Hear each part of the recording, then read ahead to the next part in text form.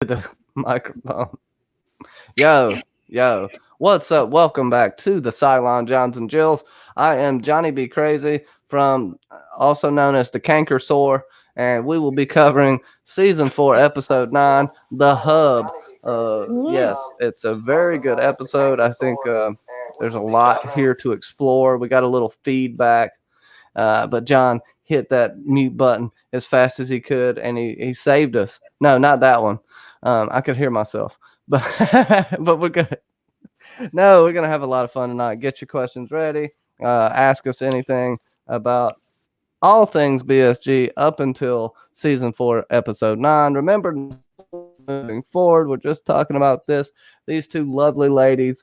They don't get what for. They can't know. We cannot spoil them. So, without further ado, I will introduce Clarissa Thompson. How are you doing tonight? I'm doing good. I'm already getting overheating issues, so if you see me not on camera, it's because I want to be able to hear everybody. Oh, well, awesome. We want to hear you too. And Mackenzie L. Burns, what's shaking Canadian bacon? not not too much. Just trying to figure out my work situation because the virus and everything. But it'll be worked out soon. But other than that, happy to be here to talk about this episode of BSG. I think I watched it maybe one or two times, but not this week.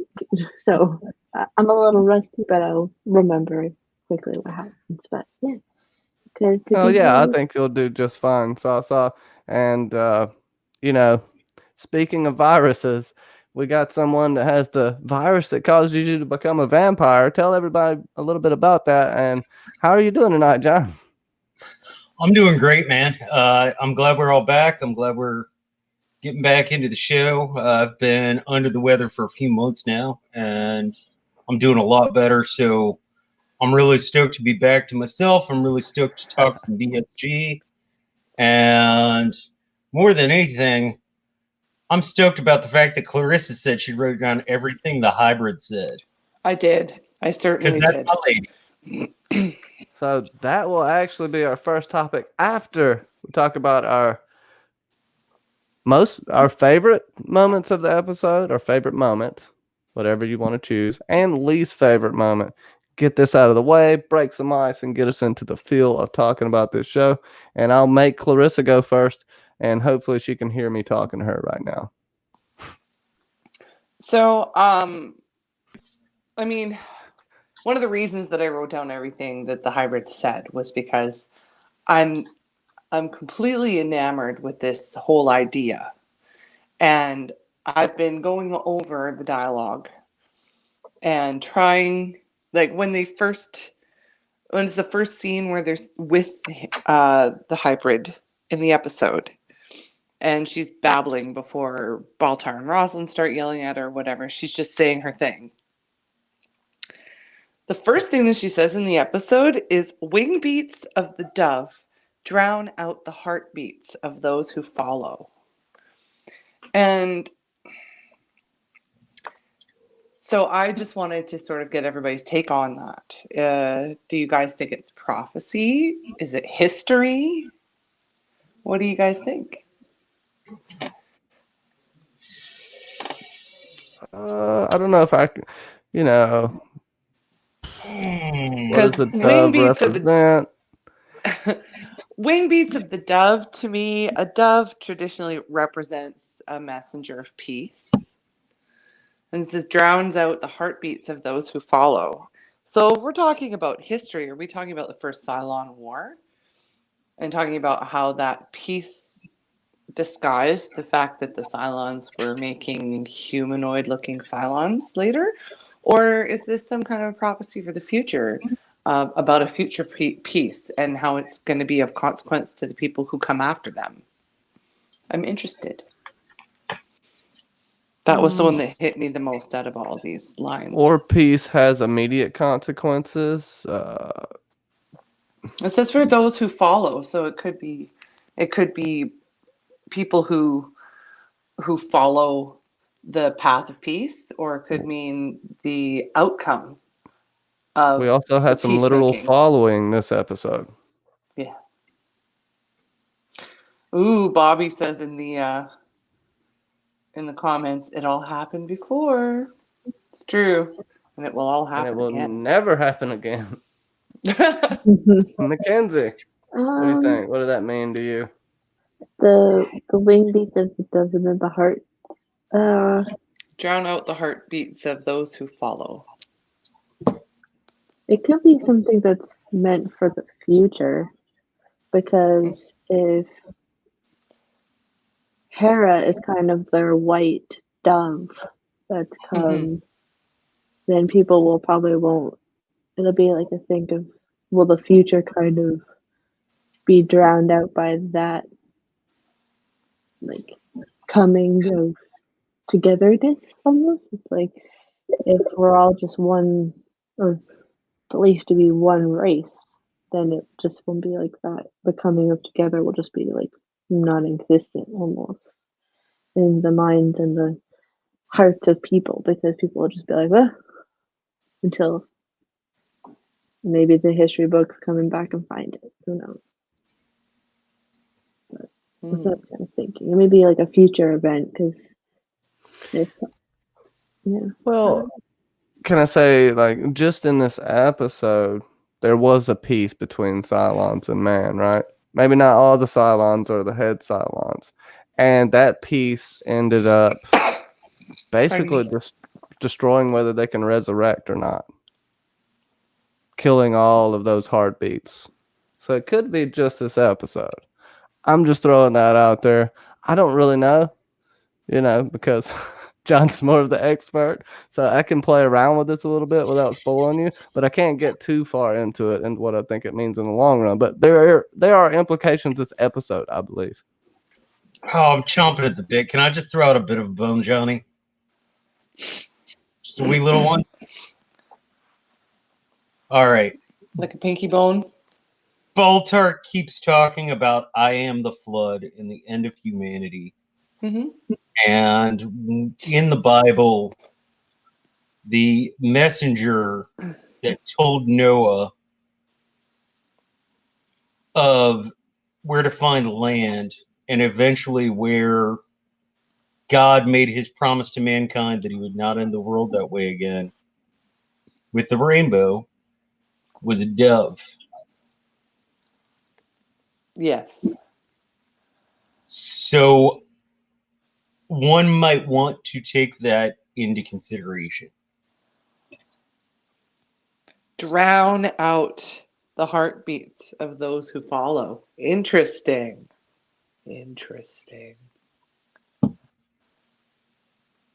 Now you also got to Can I keep in mind. say Bobby is Bobby. right? Would that be fair to say, John? Do what? Can I say Bobby's right about some stuff? Would that be fair to say? Bobby's right about a lot of stuff, a lot more than she thinks, especially if you go back and like rewatch episodes of Cylon Johns and Jills.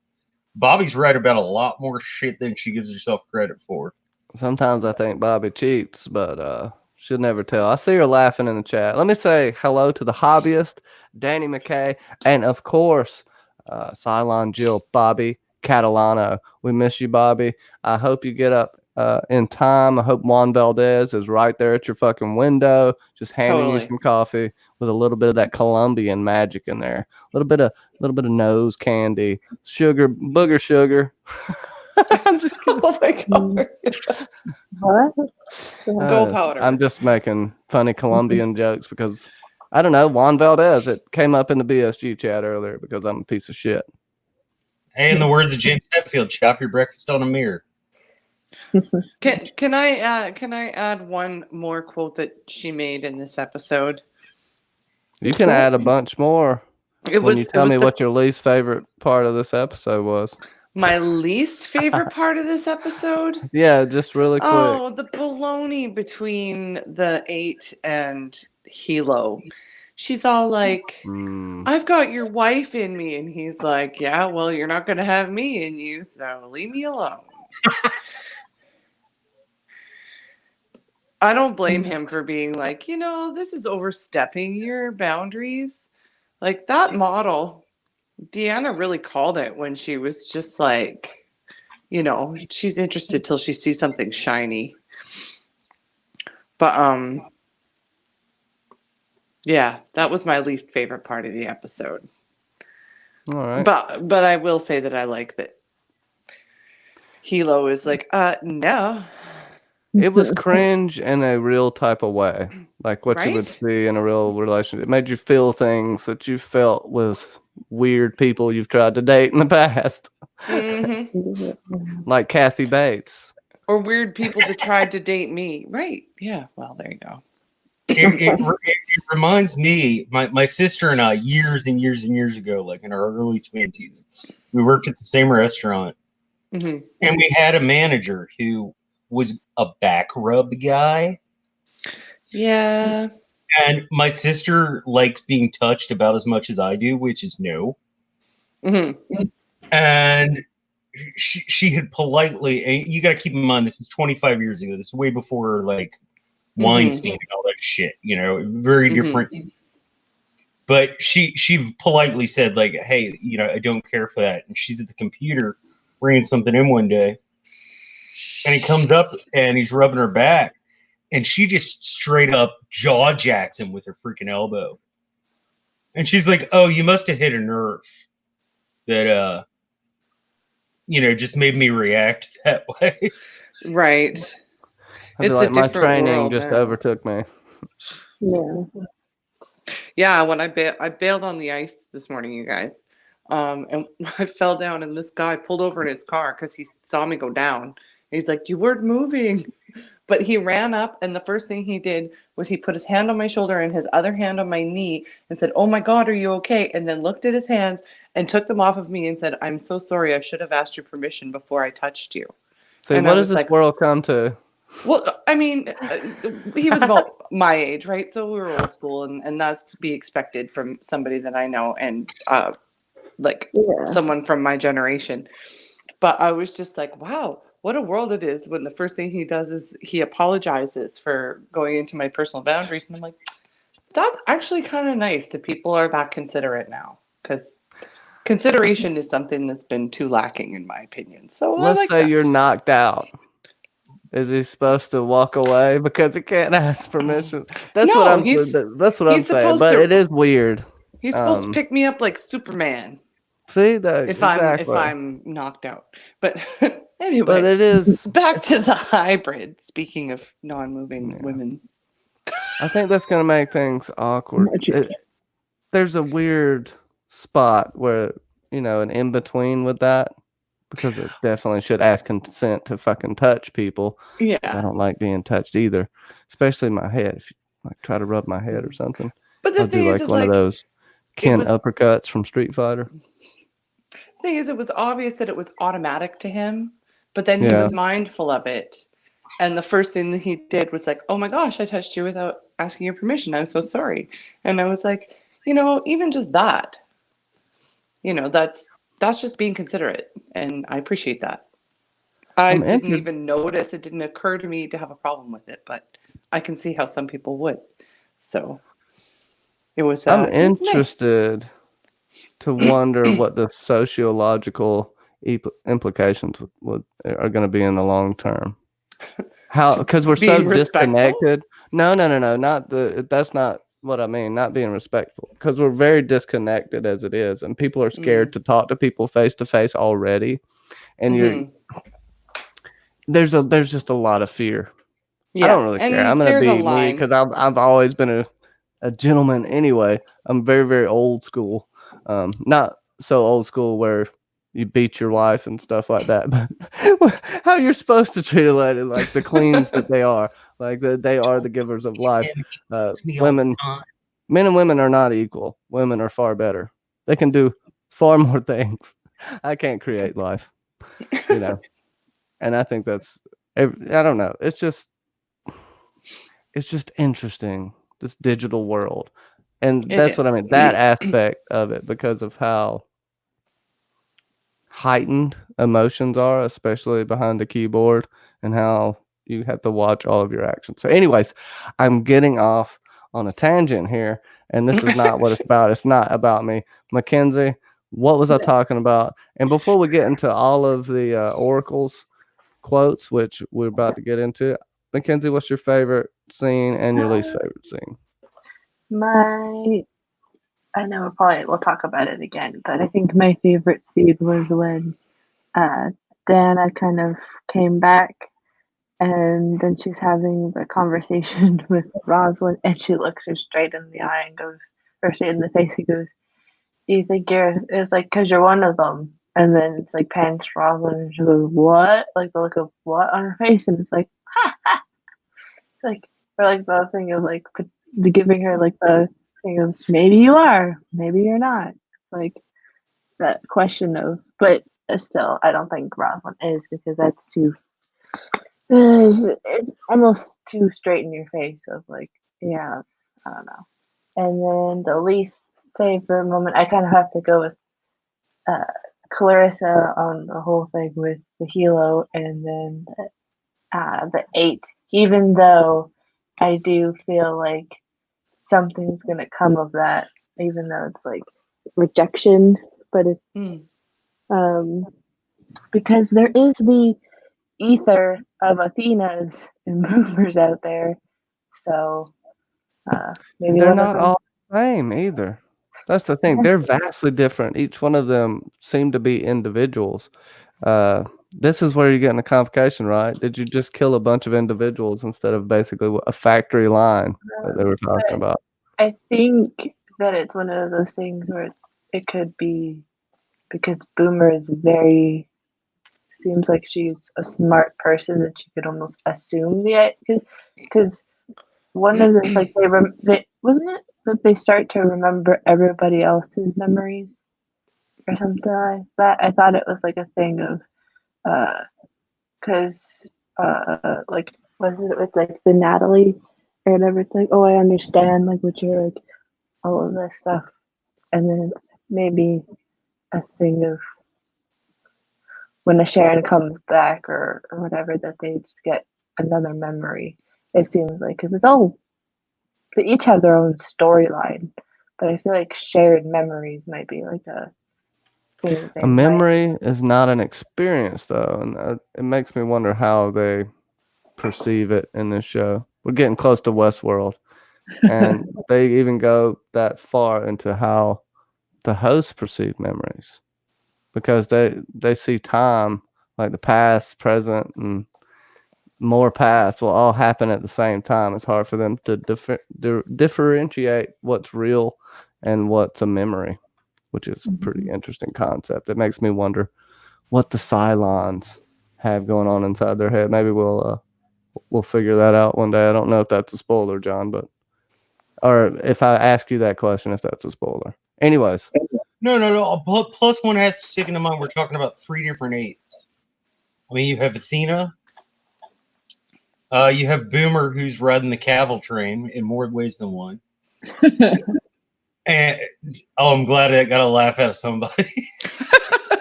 Or you can say the Cavill cruise Can I ship. just say gross? I just gotta say gross. Dude, Clarissa's got a thing for old dudes. She would totally shag Dean Stockwell. Not Dean Stockwell. No, but Adama though. Adama's a sexy mofo, okay? He's just in another class. You can't even say, oh, old man. No, Adama is just a god. Well, now Adama plays, what is it, like a leader of a gang in the Mayans TV show on FX. So, and I'm sure he's damn good and efficient at it. My love of him goes all the way back to when Miami Vice was still on the air, okay? I love Edward James Olmos. She had some serious Miami Vice going on. Crockett and Tubbs could hit the dirt. But then we also have the one who's talking to Hilo, and that's not Boomer, and that's not Athena. That's another number 8. We also have the number 8 who gives the speech about, hey, these people are risking your lives. That's the same 8. That's the same 8. Was that the massage 8? Mm-hmm. Can we call her massage 8? Do you guys 8. like that? All right. Massage 8. Masseuse. That's racist, John, and I really don't appreciate that kind of talk up. And I'm just kidding. Jay Cruz is in the chat. What's going on? I would let 8 massage me any day. I don't know if that's wrong of me, but after wooing her romantically for a time, I I would let 8 massage me. Now that I've made it very uncomfortable, and I made Clarissa think that I'm some kind of scumbag that doesn't like being polite to ladies. Clarissa, you want to get into your oracle talk? You know. Oh wait, let's get Mackenzie's Oh. least favorite moment. Mhm. Oh yeah. Sorry, Mackenzie. It was more along the lines of the whole thing with using. It's kind of what Clarissa was saying, but if I remember things correctly, we're about to go into this. It's talking about what we're going to be doing, which is like making the plans to then get everybody out of um, like out of the hub and destroying everybody, which was in theory it was like a good thing, but also at the same time it seems like if it's called the hub, then we have to like I don't know if the title of the episode is slightly misleading or if it was something if I remember correctly because we're like talking about the hub and they did talk about it but they didn't talk the extent of it because when they have Deanna I believe show up it's one of those where it's like oh like this and that and the other thing but they didn't like go into it exactly. I feel like I know we're gonna get into the next episode. I just don't feel like that whole part of that story was 100% cohesive, in my opinion. But anyway, I could be wrong because I did watch this like a little bit ago. I feel like they could have delved a little more into the ramifications of, because, well, whatever. They're, trying to make a race go extinct, basically. But not, well, not basically. They've, all the Cylons left have finite lives now. They're not immortal anymore. This is a big, big wrench thrown in, even brings the Cylons' humanity even more into play, right? You start to question even more what is human? What does it mean to be human? So, I think they could have delved into that a little bit more. We still may. It also brings up the question of I know this is a sensitive word to say, but it almost brings up the question of do they even view this as a slight not genocide, but it's like making it so that people can't Oh, it's a eliminate genocide, I guess. Mary. I mean, or a silicide. Yeah. They Jake, kill. you never heard of Battlestar Galactica?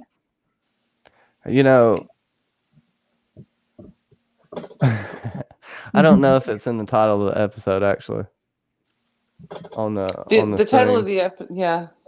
I think it's just got the episode title on. What were we talking about? The silence Least favorite moments. being Oh By the no. way, Johnny, what were yours? Really quick, if you don't mind. Oh, what were mine? Hi. Oh god, you're killing me.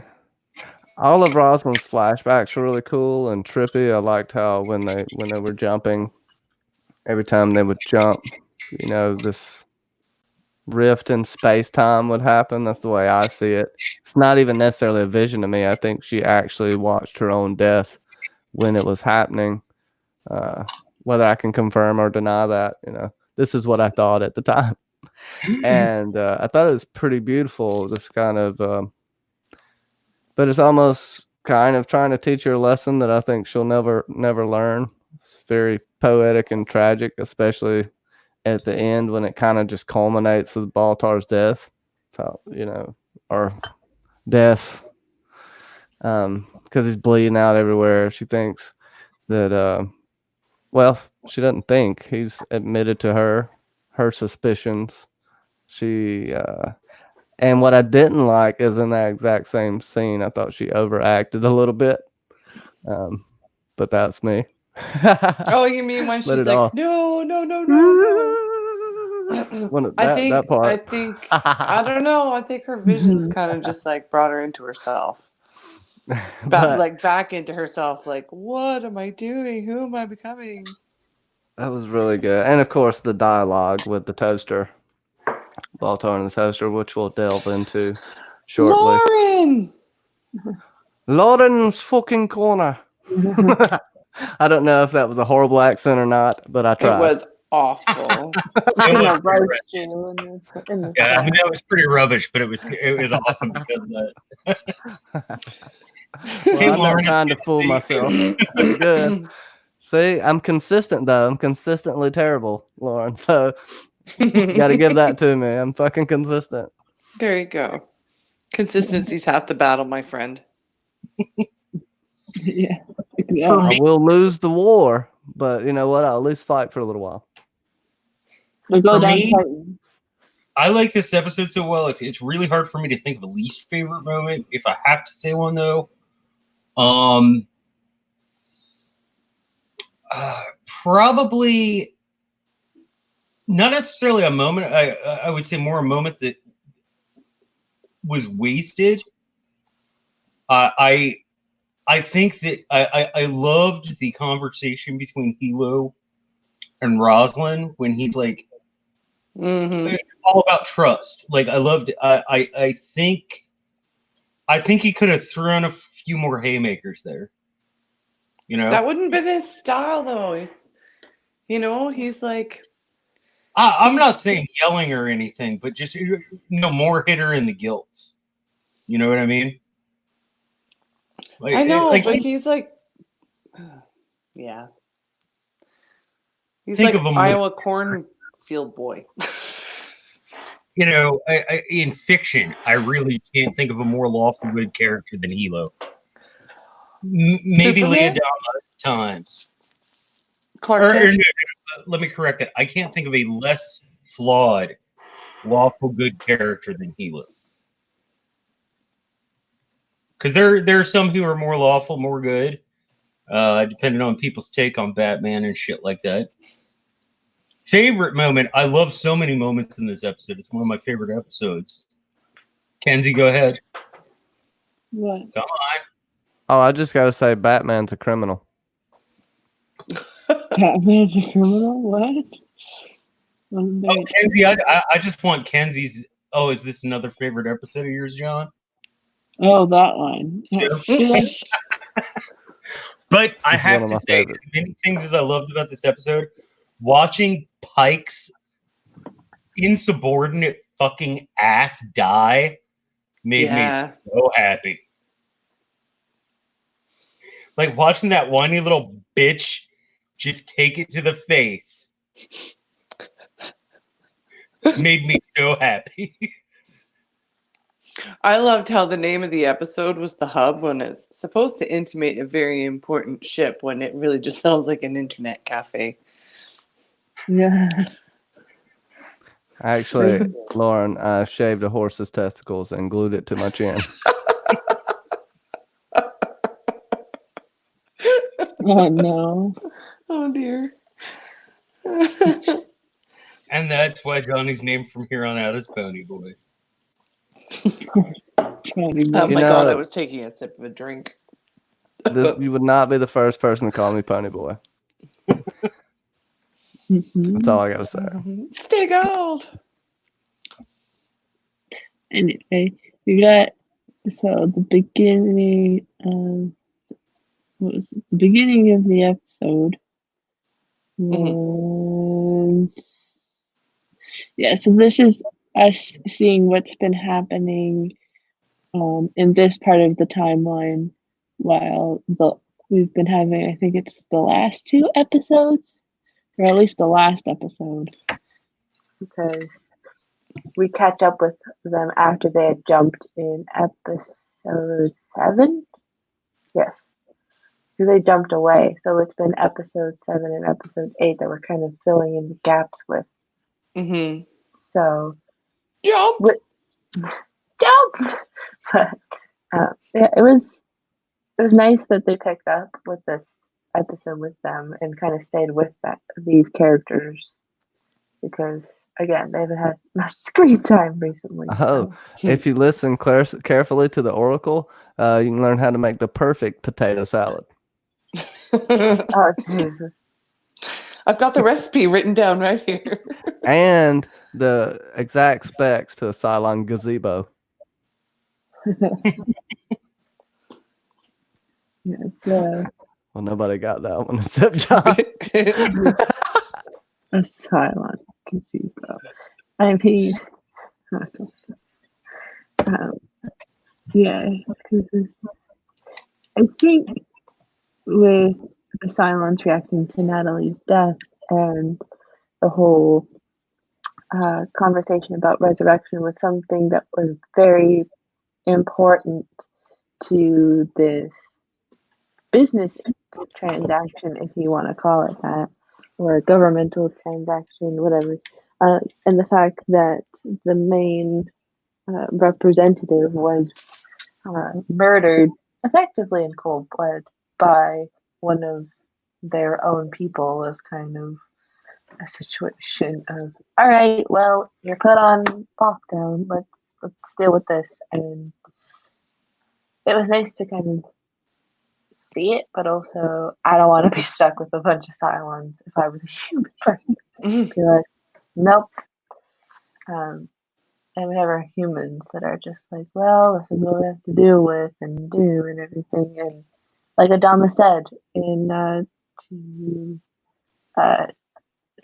Athena, your husband is on that ship and you just potentially jeopardize his life and the lives of the president and uh, Baltar and everybody else that's important.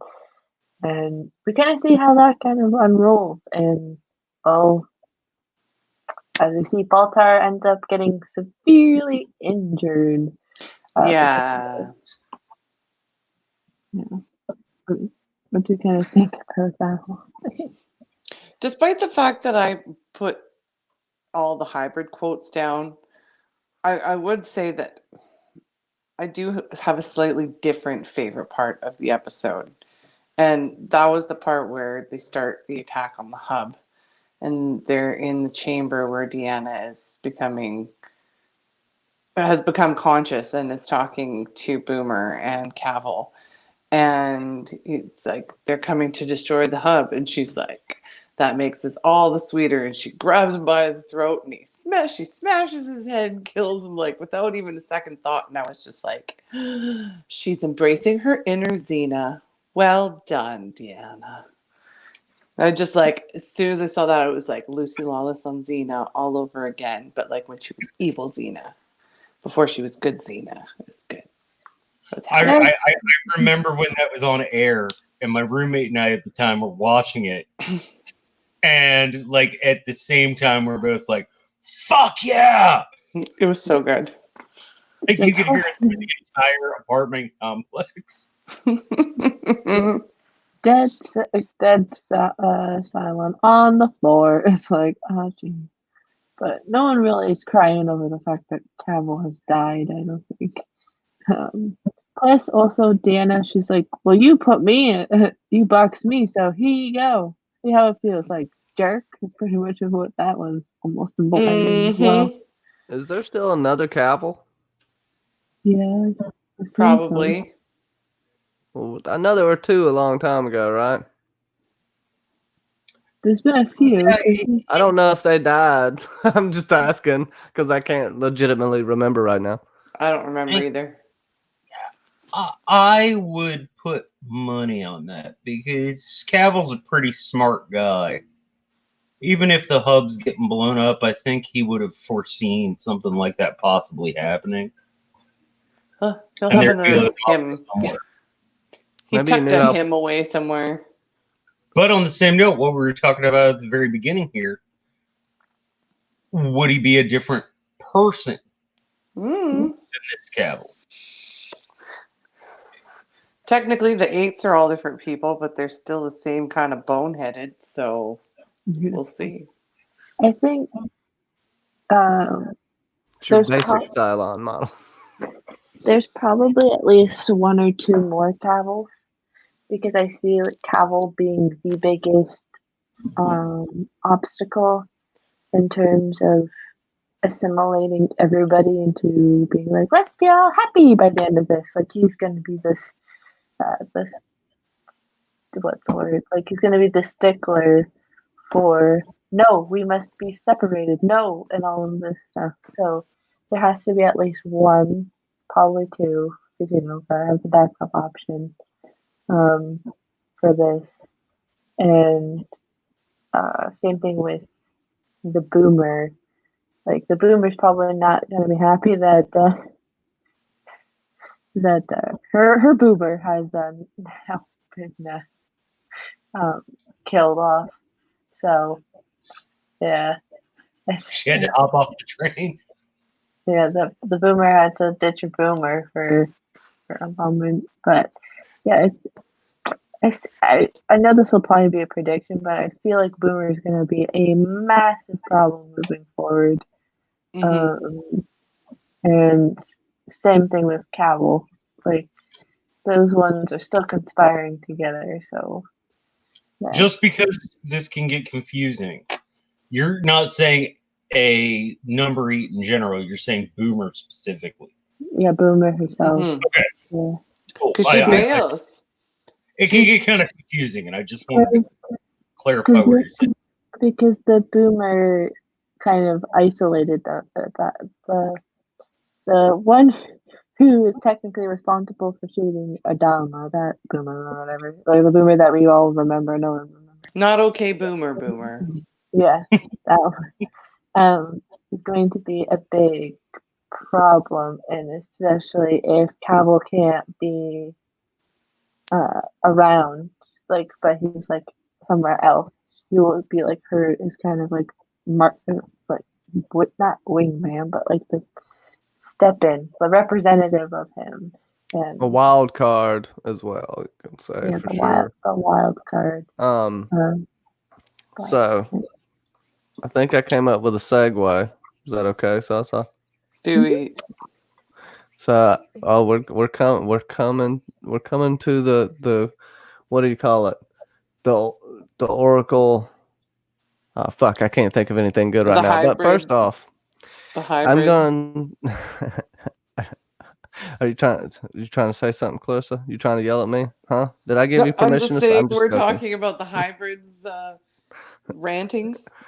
Oh, yes, but I'm going to do something interesting. John, what do you like about the hybrid? And lead us into these quotes that everything. Clarissa wants to get in.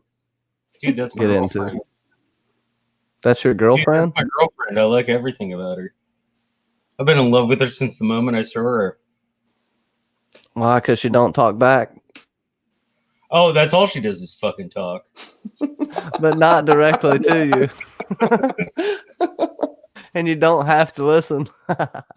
It's perfect arrangement for you. Oh, I have already dropped too many hybrid clues already tonight. But there's pay attention to what she says. And Clarissa has everything she says. I did. And if you really want to get obsessive, go back through every episode and pay attention to what she says. She quotes some William Butler Yeats. I mean, song lyrics, all sorts of stuff. But on top of that, it's kind of like having a conversation with me when I'm really drunk. It's like math, literature, and music. You don't really know what I'm talking about, but I do, kind of, a little bit. I kind of got the impression of like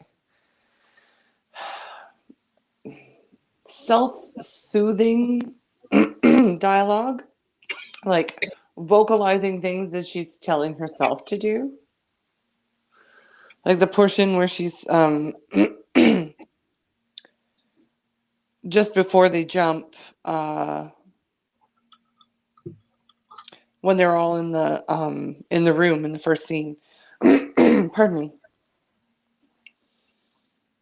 She's like, calm your mind, cease countdown, circulation, ventilation, control, Filters. Filters. The sublime elevation. Jump for my love. Jump it. Sorry. She didn't do that last part after jump, but that was the Pointer Sisters that did that. But I've been reading these things like circulation, ventilation, control. It sounds like she's talking about technology, but that's also the functions of a human body. Circulation, ventilation, control, filters. The sublime elevation. Like, computers don't have a sublime elevation. Sublime elevation sounds like rising above to How do like you know they don't? ascending to heaven. I live with an electronics technician. I know. Well, then what about? Because this makes About you and your significant other. How do you know what the computers are thinking about you guys? Well, But they're with- not yet. with your How do you know that? sublime. Oh, what? How do you know, Clarissa? How do I know that? Because Mhm. science. Dun dun dun. It's a twist. Okay, so but with your sublime, you think it's like a heaven. Do you think that means that there could be a backup somewhere, a storage for their consciousness or their code? Well, it says the sublime elevation. Does that mean when when a Cylon is going from one body to another, is it sublime? Is it talking about their ascension to meet God, to get closer to God? Because they've got this whole thing about the one true God. Is that what it's about? Like, or is it obviously the hybrid is connected to the Cylons in so many ways. What if these are things that are going on in some other Cylon's mind, and it's just what she's vocalizing, their thoughts or their functioning, or yeah. So I've been kind of looking over that, but the part that really made me start thinking about that was the very last words that she has in the episode when she's going through. It's like an instruction manual. To remove the pump with the attached hose and wiring, simultaneously release the 3 tangs while pulling the pump out of the retainer along with the linear wiring. And I'm like, again, I mean, you could be talking about taking somebody's heart out. I mean, technically there's 4 chambers in a heart. I'm not sure what the 3 tangs would be. I'd have to ask like a vascular surgeon or something, but that whole thing was sort of got me thinking, oh, like, is she talking about like the human body machine, or is she talking about one of the ships, or is she talking about herself, or is she thinking, can she like connect to say Tyrrell, and these are just like instruction manual data that he's got in his brain that he's using to repair ships? Like, where's this all coming from? I'm now I want to go back through all the episodes with the hybrid in it so I can start writing down this crazy obsessive list of things that she says. We're going to change your name to Leo Ben Thompson. I'm not going to be like crawling into the goo or anything. Yeah, and I think what the hybrid says is always something that's very important. I'm just trying to remember like what I was thinking about the whole situation.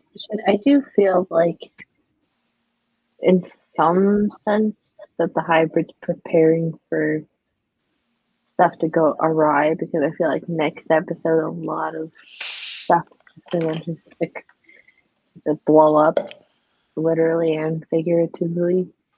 So maybe some of what she's saying is like in preparation for that, because she might know that, because she does say that, what is it, Starbuck is the harbinger of death, or however you pronounce that word. Harbinger. You are the harbinger of doom.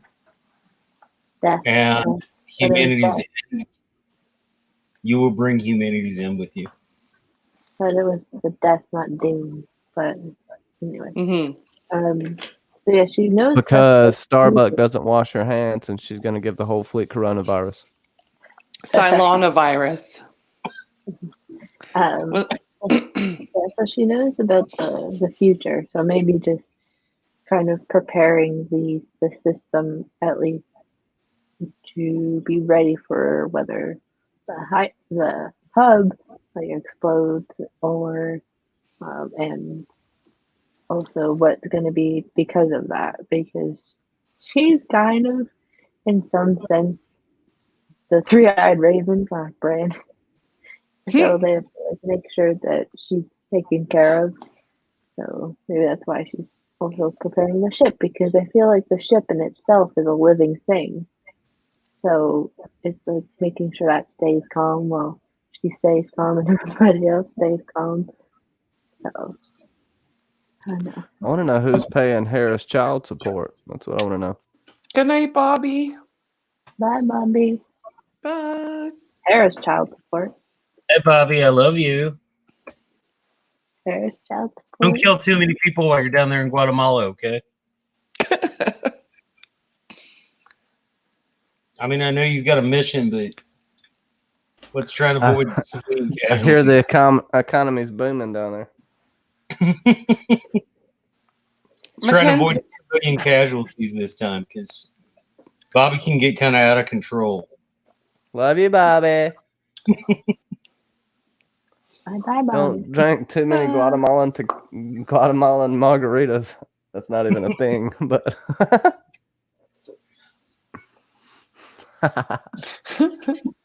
I have Mackenzie. Yes. I have a question. Do you feel that Rosalind, through like Rosalind's journey in this episode, sort of the self-revelation and stuff, do you think that when she goes back to Galactica, she's going to care as much about politics as she did when she left? It seems to me that through this, that it seems like she's going to.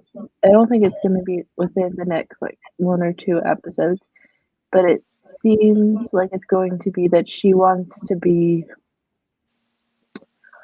the VP to probably Leah Dahmer's presidency almost because it seems like she's gonna just need somebody who's like at the front lines can say everything and do everything right while being his or being one of the top people that's consulting him because Mm-hmm. she's not gonna want to stay in power because I feel like they've kind of been lingering with her cancer and the medicine because when like Doc Carl said it, I believe in the last episode, when Adama goes and asks us like she's gonna feel better, but every minute that she's away from the ship, she's gonna inevitably get worse. So we're gonna because we're about what 10, 11 episodes out of the end of this show that we're Mm-hmm. going to start to see the again sharp decline in her health. So she's going to have to start preparing things again. And I feel like she's going to be like, as long as I have sound of mind, we have to kind of work together, but use Lee and Adama and a couple other people as the front lines, like Mm-hmm. kind of. Because that's what it just seems like. Because he already is named the elect, but she didn't know that, so it's like using because that time has kind of happened in the span of her being away. So she still kind of assumes that role in her, internally, I guess. But until she shows up and sees it, she'll be like, okay, now I kind of step away from this because there's probably going to be that conversation of while you were away, this happened, and Mm-hmm. she'll, in some sense, probably try and give it back to her, but she'll be like, no, like you keep it. Yeah, you that think was that's where my mind was very much, so? You especially.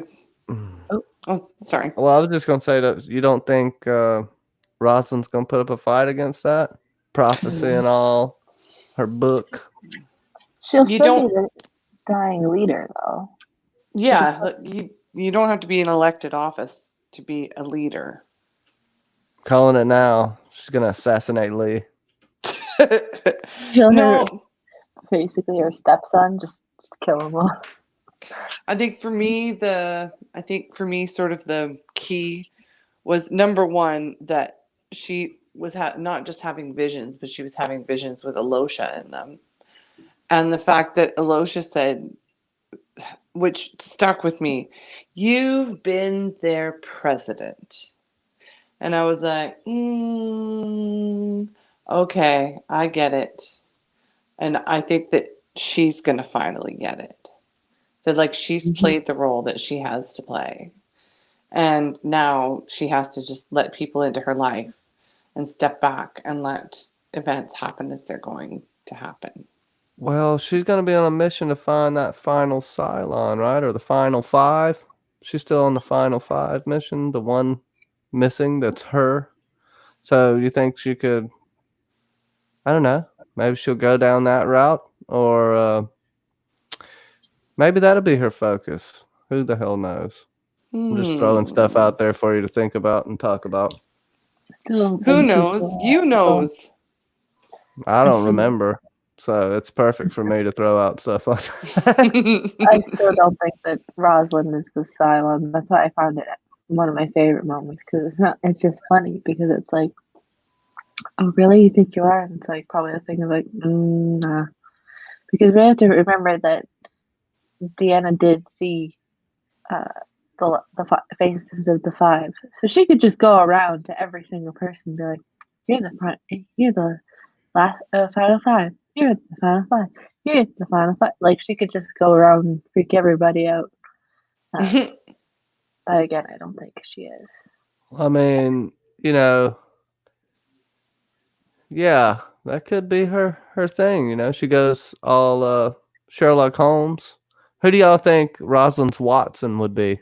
Also, Lady Starfall, thank you so much for stopping by. I hope you're doing fantastic. Uh, but I don't know why I'm making up this question. But who is Rosalind's Watson? Rosalind, like I thought it was, or Deanna. Which one do you mean? Because Deanna's always Rosalind would be looking for the final five. I guess, you know, maybe Deanna. What do you think? What am I um, doing? I'm sorry, John. I think that the person to look for the five with her is probably, I don't know. It's probably Kara because Kara's gonna want to know who it is. And what did she say to Ender? She was like, "If you're one of the last ones, I want to kill you." But I don't think that's not a self-fulfilling prophecy. I feel like somebody's gonna at least attempt to kill him. Most likely Gata because of what happened to his leg. So, yeah. I feel like Think start with Gata his stabbed Baltar's body with a pin? name. Gata's gonna Clarissa. get more Oh, kills. sorry. That was just a joke question, so I saw I wasn't. But Clarissa, so if Rosalind has to have a partner in crime, Uh-huh. who would it be?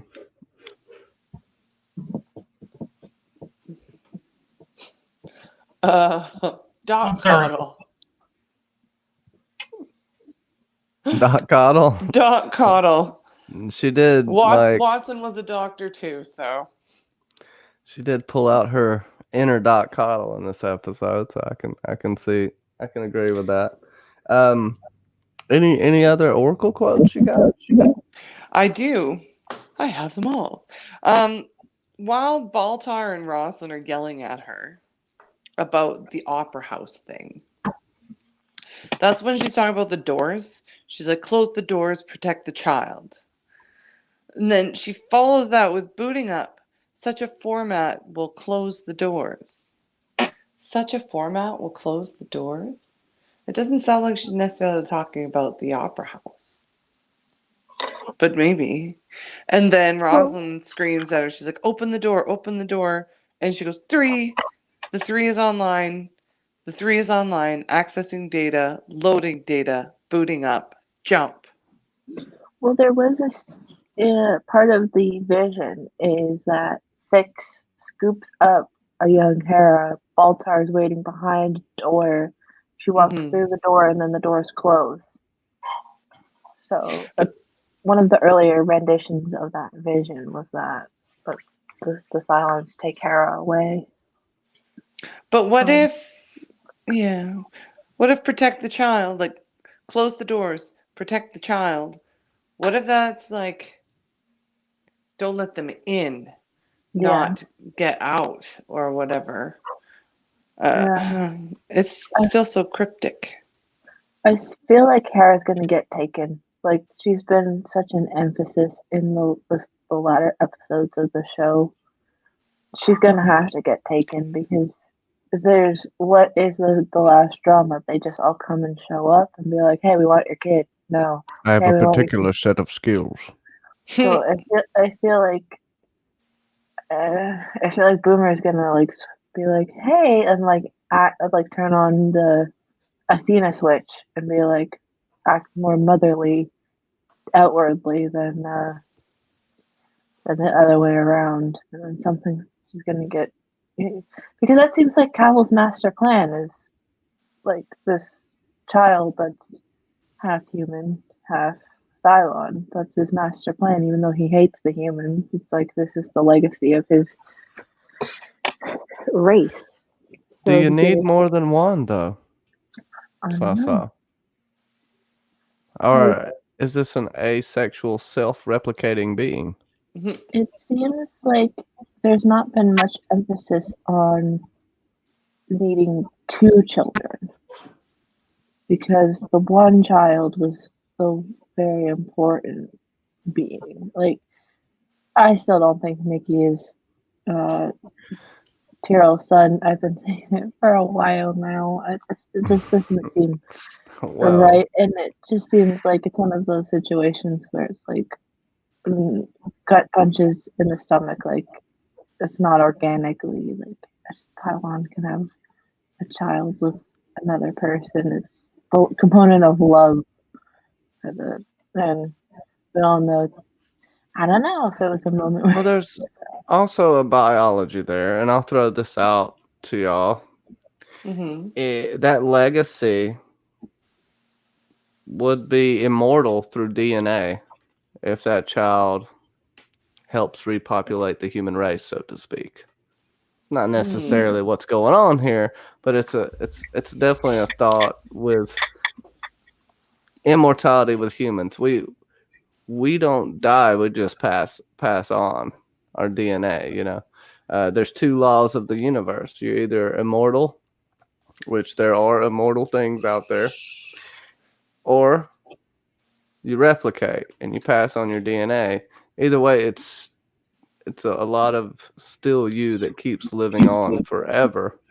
It's a, poetic way to look at it, but, maybe that's the way Cavill is. He seems to have somewhat of a poetic side sometimes.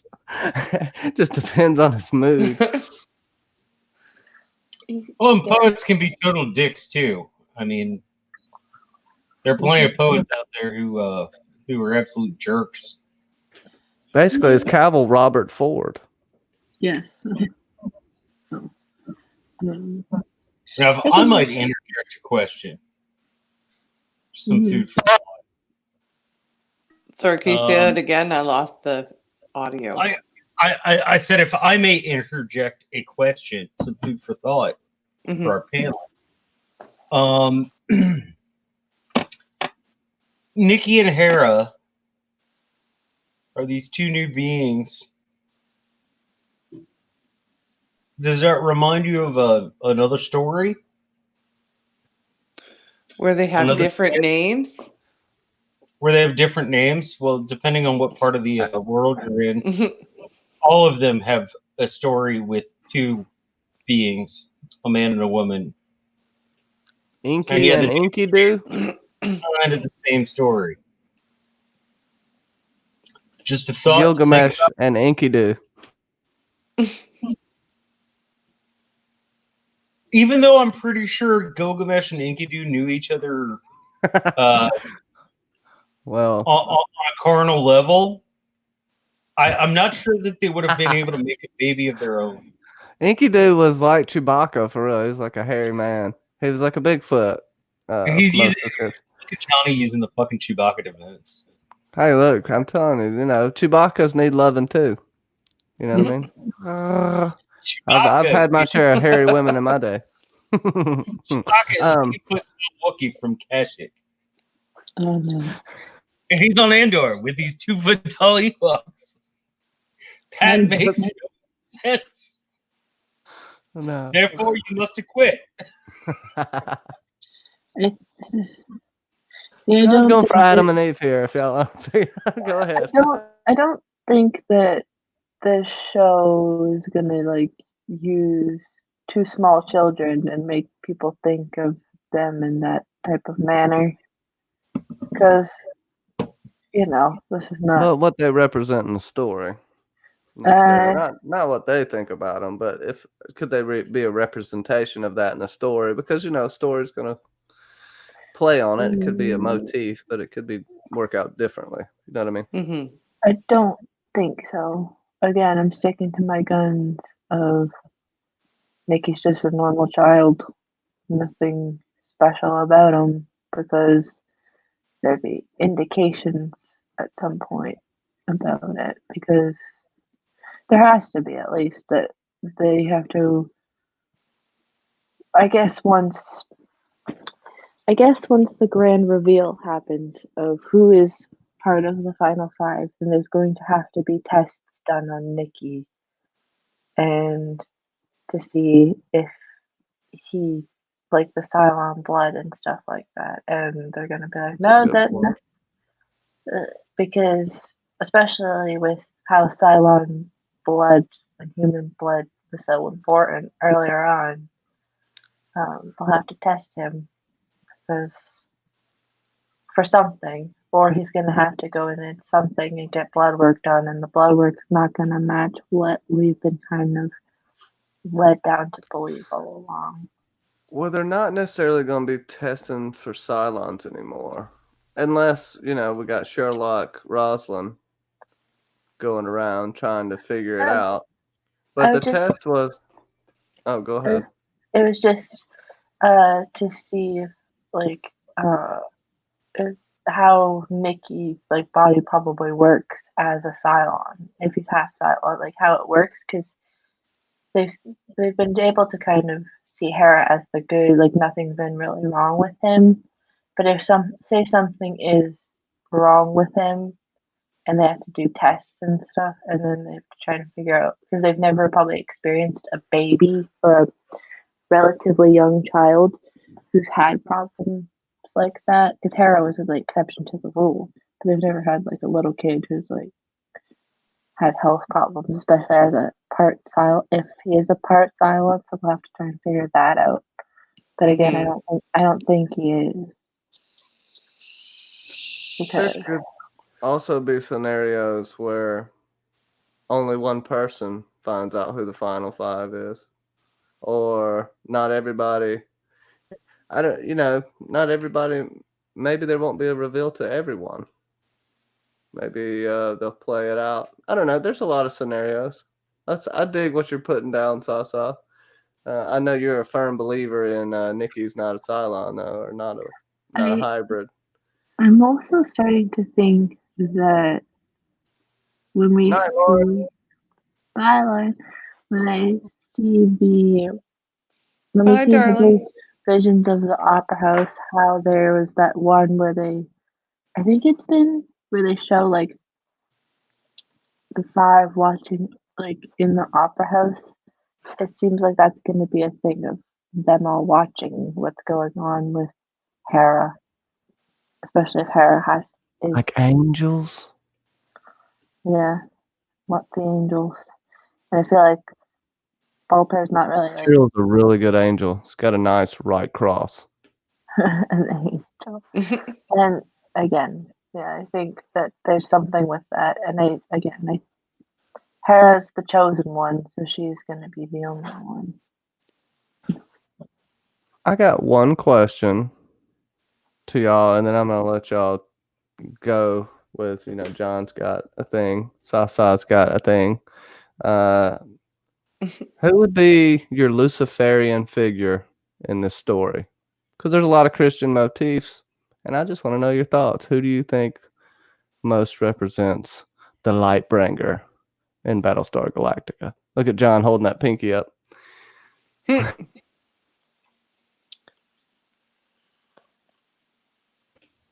an easy, simple question, right? My view of Lucifer is skewed by the series Lucifer for Life. Well, your traditional fallen angel, not your club owner, sex symbol that occasionally solves crimes. The 8.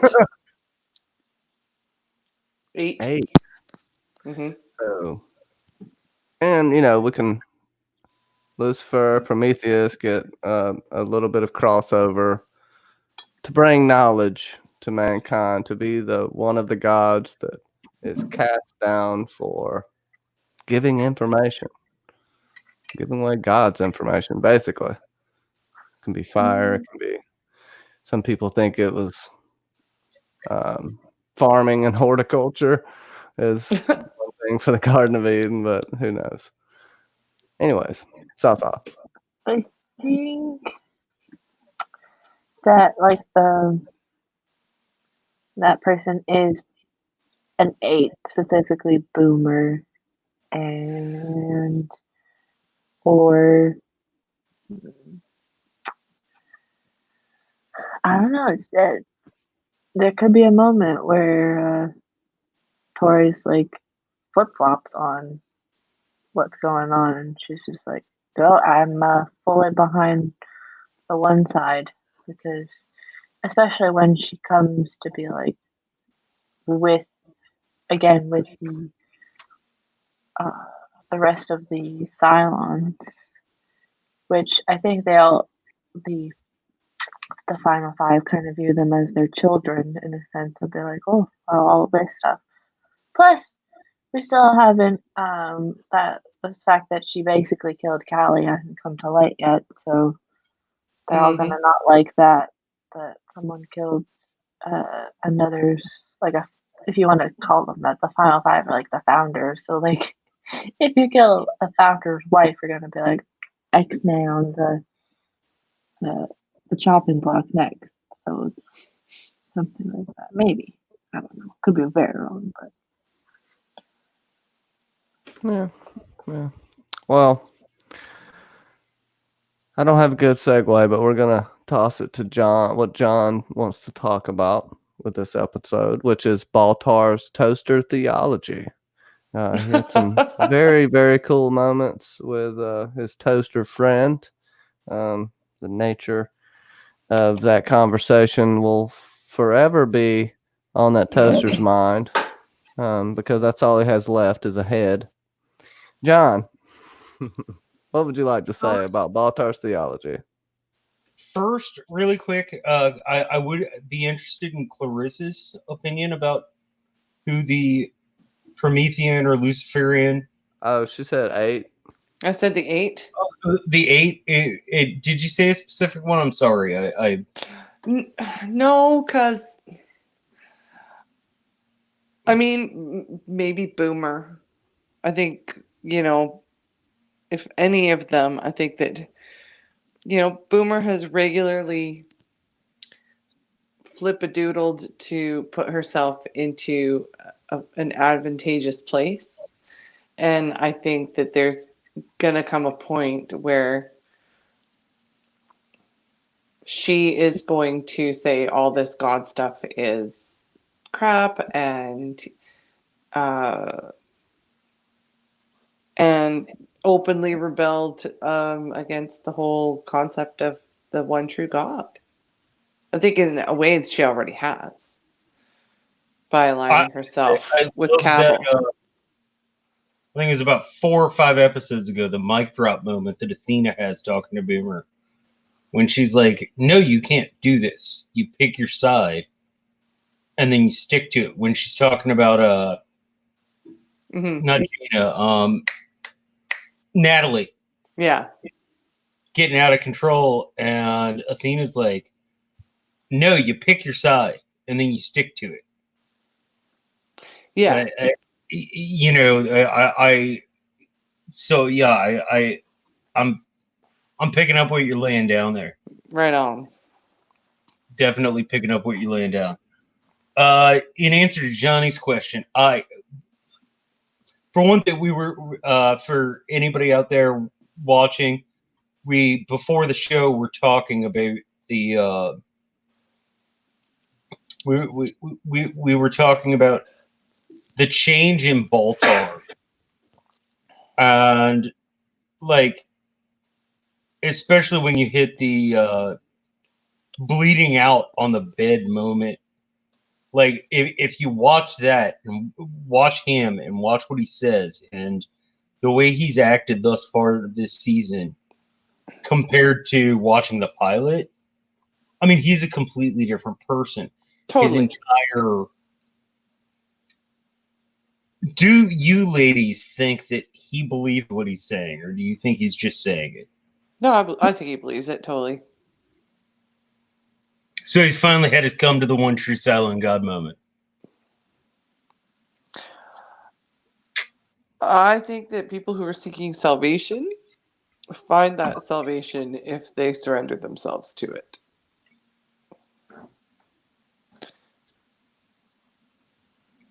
I think that that's always been like, I know I'm gonna throw this out as a Westworld thing, but that Baltar's kind of been like a William situation turned Men in Black, but in some of the religious aspect, like that's been always kind of there.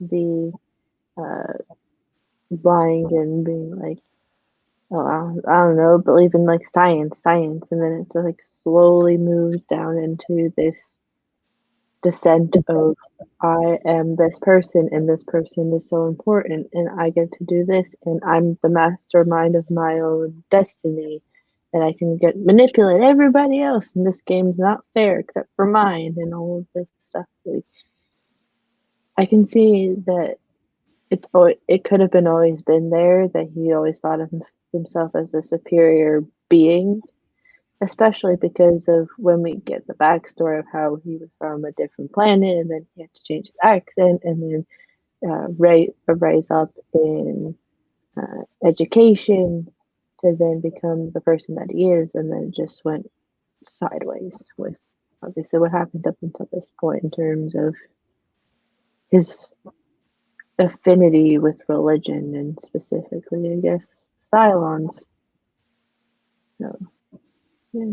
I think it's always been there. It's just been just dormant until about 3.5 seasons ago, whenever when it started to go sideways. So you're saying you think he started out as some like snake oil salesperson, sketchy. Well, he had this whole thing of telling people that where it's like about the tests to test people if they had if they were silent or not. That never went through. It was like, oh, it's going to take this many amount of years or whatever. But as who was it to test? Was it Ellen that he had to test? He hasn't tested her yet, and it was like didn't give like an answer.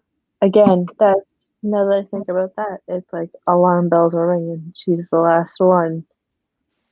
Like if you didn't test her, or the test didn't work, like well, Right. yeah. So it was plain thrown right in our faces about it almost at that point. So. But you're saying you do think that Baltar has had his road to Damascus moment. Yes. Okay. He's been having it for a Sorry, I while. keep going back to Christian theology, but there's so much. There's so much of it in it. Is tied into Christian theology. Just like it's tied in so much to Greek mythology and stuff. So. Oh yeah, absolutely. I mean, you know, and that's why people who got upset towards the fourth season people who got upset and they're bringing up religious references. I'm like, have you read the call signs of half the fucking characters? Yeah. Like, those are religious references too. Yep.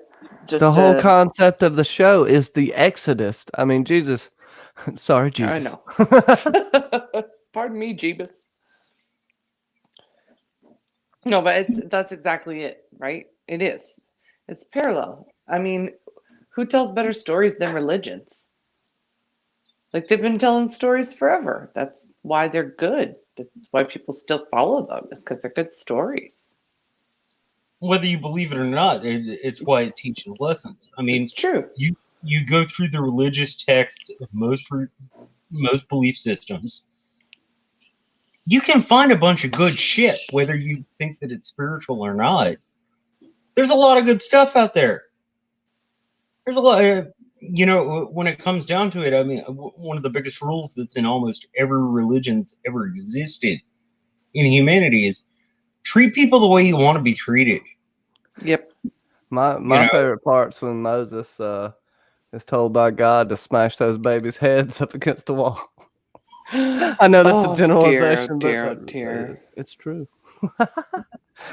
They couldn't be allowed to be enemies. He had to kill them off all, root and stem. Don't get me started on the judges. Oh, goodness. I wrote sorry for bringing that. No, I wrote a whole fucking paper about that shit in school. See, I'm always bringing back horrible flashbacks for John. This is vampiric flashbacks. He was there when they were collecting mana. Dear, oh dear. Yeah, they called me a ginger then too. It was just awful. Yeah, well, you don't have a soul, that's why. Oh gosh, we're getting too far down the rabbit hole here. What were we talking about? Oh yeah, Baltar's affinity for. Do you think I'm really upset that the hot pockets Baltar his hot pockets didn't get ready before the toaster blew up? It was kind of sad. I love what he's saying to the Centurion though. I mean, I don't think he's trying to undermine the human models of the Cylons. I think he's pointing out something that's very important. He's like, if this is true, and this is my God, and this is their God, then this is your God. And you are just as important. You are not a servant. You are not a commodity. You are a thinking being. And in Tyrrell's case, you are not the father, according to Mackenzie. Oh, go ahead. Yep. Centurion, you are not the father. Maury Povich, BSG. I mean, I do feel like Tyrell is a father, just not to Nikki.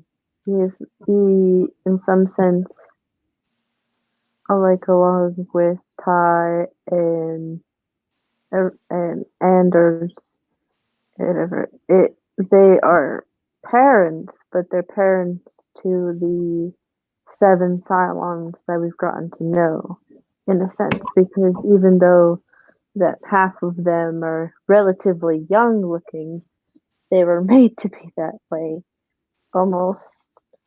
So it just seems like they are parents, just not in the capacity that is the stereotypical version.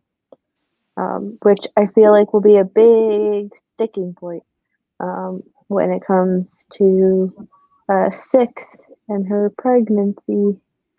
Because I don't know how that's going to last, especially if my guess of who is the final Cylon comes back. Because the recipe that we've come to know is that it's love. So does Ty actually love 6, or is it the idea of love for Ellen, who you keep seeing all the time? Which, again, I said it before, so I'll go into it now. Anyway. Yeah, that was something I really wanted to ask you guys about last time. and it didn't happen is what are your thoughts? I mean, it didn't even come up this episode, but what are your thoughts on? Obviously, only one person could have got 6 pregnant. Mhm. Obviously, we know 6 is a Cylon. Or the 6 that is in there is Capric 6, and we know that Ty is a Cylon. Mhm. So we didn't get to talk about this last week. What are your thoughts there? It seems like it's a, not to be horrible, but it seems like it's a doomed pregnancy again. Because they can't really have, they're gonna be like, oh, we get to have like 2 children that get to be like part that in some sense have Cylon legacy. So that's gonna be part of um the inevitable war is if we can have our own children, why do we'll also take care of with us, but that doesn't mean we don't need anybody else. Why do we need humans if we can make babies on our own? Yeah, so they'll still take Hera with them, but Hera's not going to be as special. But again, I don't think like at this point, if Ellen does come back, then there's going to be this whole thing, and then it's going to come out that it's not successful. Like the pregnancy is failing because the husband or whatever is, or the male part of the pregnancy is just failing. So that it needs almost unconditional, not just love, but it's like almost unconditional love for the person that's carrying the baby. If you know What if what I mean. Tyrell's pregnant though? But who did Tyrell? He That has would be been on the way. that'd be a medical feat if he's was the one that was like, yep. And it also, in some sense, makes me wonder about Tori, but Tori's never gonna probably have a baby, I don't think. Because if she has already, she would have been gotten pregnant by Baltar. Maybe. And John, I heard you say Ty, but I didn't catch all of it. But I do want to ask y'all, what's this guy gonna do? Is that what John asked? Basically, like, You think he's gonna get another eye patch? mm, I feel like, I don't know. If Ellen, it all stipulates on whether, for me at least, if Ellen comes back, which at this point, based off of Okay. the. Well, hold on. Let me throw this at you too, because this goes back to your point with the Diane and Rosalind conversation. So once you talk about that, get into, yeah, you got the final one. So I feel like because it hasn't come out yet that Ty is a Cylon. I don't believe. No, it's not come out yet. So that is gonna have to come out. It's gonna probably show up before the final person of the final 5 is revealed. I'm thinking in the next 2, potentially 3 episodes, we'll get the 4 at least revealed. And then when Ellen shows up, it's going to be this whole thing because Ellen, if she does show up, which I feel like she is at So this point, that's your final Cylon, right? I know you've Yeah. said this a few times. And based off of the Clarissa, road signs. when you get Mhm. a chance, Go ahead. respond. Well, I know Mackenzie's kind of explained that. So what do you think? And then we'll pass it back to Mackenzie. But what do y'all think? Y'all take this combo back and forth. Is basically what I'm saying. What the hell's wrong? My just final thing on that is just remembering that whole thing. Was what John mentioned about the whole thing of how she was the first person or one of the first people that was supposed to be tested, and then test didn't work. So there's a reason why the test didn't work. A, because Walter didn't want to do it, but B, because we already knew that, and maybe down the line, that the answer was that she was a Cylon. So that's my new evidence. Go, Claire. I've kind of test lost the worked. plot Walter here. just Are didn't we? say anything. Am I answering what I think? Is this still about the kids? Like, Yeah, yeah, about about Nikki and Hera more specifically. yeah, and then the Caprica 6 Pregnancy. pregnancy and how that works. Well, I mean, they're kids. It's gonna work the way kids work. They're gonna grow up and they're gonna have their own ideas. Um, Well, nowadays they have so much access to porn that it's just they'll become oh, for depraved. heaven's sake. 20 years we won't have any children. Space porn. Everybody's just going to be wanking.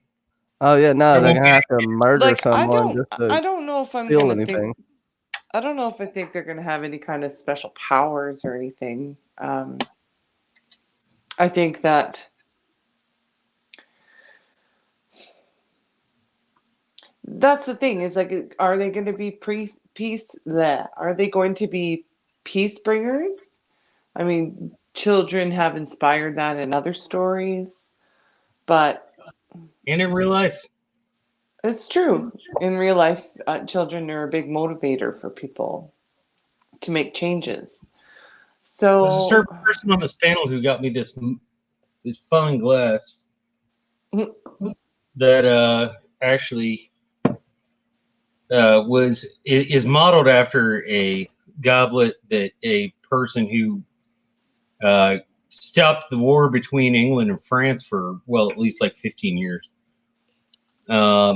because he was the product of both. Of incest. Well, yeah, I mean, everybody fucking Habsburgs. I had to throw that in there. I mean, I do live in Alabama. any any fans of V will understand the whole Pratenama thing. Yeah, just because they can possibly bring peace, I don't know that that necessarily means it's going to keep the peace. Like, they might be used as a catalyst in order to facilitate peaceful coexistence of humans and Cylons, but I don't know that it will necessarily take. And I mean, as Well, if we're for going to use the historical references, I think we'll be fine as long as Nikki doesn't want to redefine the laws of the religion so that he can divorce Hera and marry somebody else. But well, that's assuming that they marry, right? I mean, yeah, I mean it's you got to get the kingdoms united sort of thing. But as for Six's pregnancy, I'm kind of wondering if it is going to be a successful pregnancy and if that is going to have some kind of meaning. Like I know that I understand the whole, well, if we can make our own babies, then what do we need human babies for? But the from the beginning, I mean, from what we get in the flashbacks that we saw before of like Adama finding all those humans that were being experimented on, one would imagine that they already have to have some component of human in them in order to make these bodies and these, you know, these shells that have them look humanoid, even though they're machines, right? Like there has to already be some human in them. they're organic machines. Silicon based, though, right, John? Yeah, but I mean, you can't think of it like I don't think I'm giving a spoiler here. I think this has been shown on the show. You can't think of it like a Terminator, No. They're not It's like got like a machine with skin over it. It's No, like they're organic machines. but that's kind of my point, right? Is that like through cloning technology or whatever it is that they used, like they were dismembering those people and experimenting on them, and then when the Cylon War ended, like it's not like they left them all behind; they took them with them. Ooh, there's a Yeah. question. Which model's more disturbing, number 1 or number 5?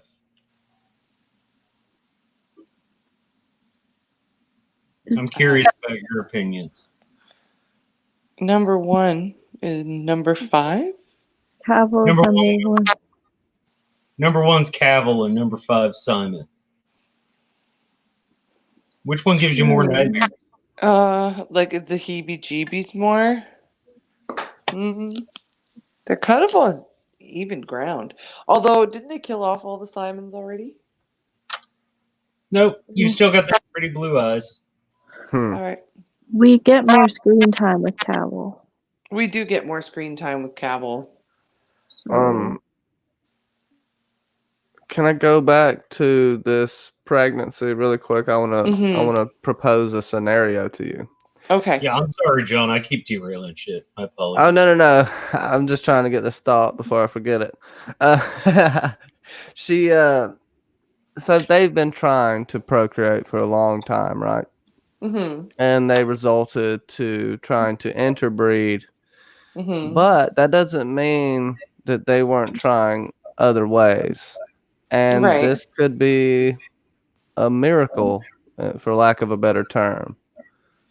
So here's a question. Are the final 5 technically the first 5? that's what I'm led to thinking. Like, are they the originals? Are they the OG Cylons? They Humans? seem like they seem Weird like it reverb because- coming from you, Sasa. Oh, I'm sorry. Check your cord on your mic. It's, I think that they're meant to. Ooh. No worries. We'll wait for you. I'll talk some bullshit while you get that figured out. But it's starting to hurt. Yeah. But Hurting the what do earbuds. you think it could be a miracle, Clarissa? Do you think there's something there? The fact that he did perceive her as his long lost love for a while, and there was this almost a trance-like state that he went into. There's that, and there's the fact that, like, if the final 5 are like maybe the first people, Cylon people, like not robots but people looking Cylons, like maybe there's something different about them. Maybe they're more human-like or something, like,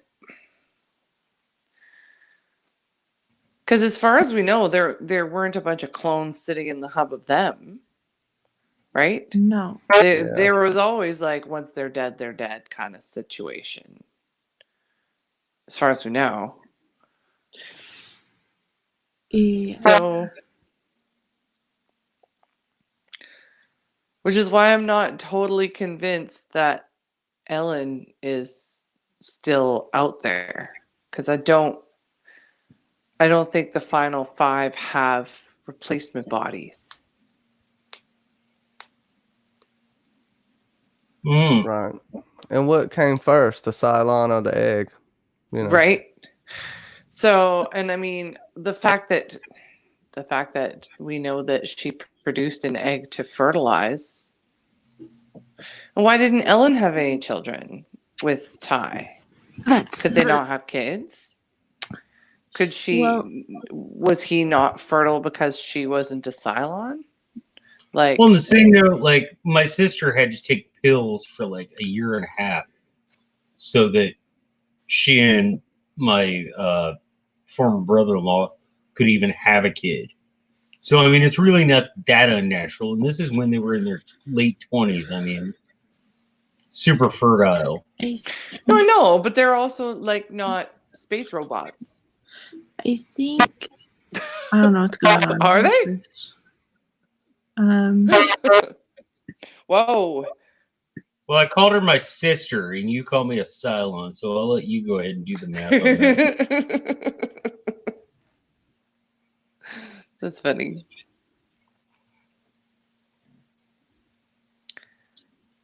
Kenzie, I'm sorry, we interrupted you. She's having those mic issues. Do you have headphones in, Mackenzie? It might be like a strong reverb if you got your computer speakers on. But other than that, we'll see. We'll see. Yeah, it's the curious case of Ty, you know. He may look old, but he's actually really fucking old.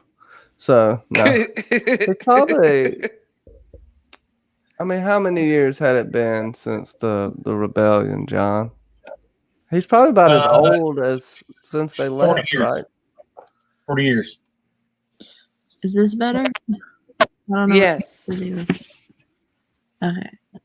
In regard to the Ellen situation, I don't know what's going on.